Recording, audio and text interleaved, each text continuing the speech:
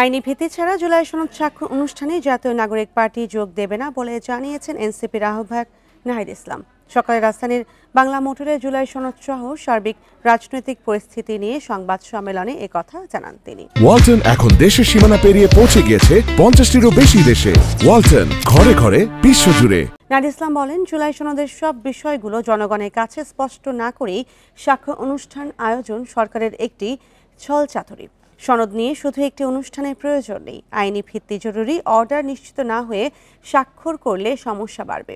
ঐক্যমত্য কমিশনের দায়িত্ব নিয়ে সনদের সমস্যাগুলো সমাধান করতে হবে।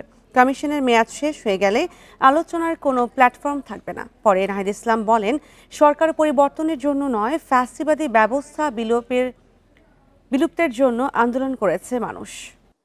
ফলে আমরা আরেকটা এরকম ঘটনার সাক্ষী হতে চাই না যেটার আসলে কোনো মিনিং নাই। আমরা ওই আইনি ভিত্তি ছাড়া এবং অর্ডারের ব্যাপারে নিশ্চয়তা ছাড়া আমরা যদি সনদে স্বাক্ষর করি সেটা মূল্যহীন হবে এবং পরবর্তীতে সরকার অর্ডার আসলে কিসের প্রেক্ষিতে দিবে, কি টেক্সট সেখানে থাকবে সেই নিশ্চয়তা আমরা পাচ্ছি না। ফলে আমাদের সদস্য সচিব যেমনটা বললেন যে আমরা সেই বিষয়টা নিশ্চিত না হওয়া পর্যন্ত আমরা জুলাই সনদে স্বাক্ষরের যেই অনুষ্ঠান বা যেই আয়োজনটা চলতেছে সেখানে আমরা নিজেরা অংশীদার হব না।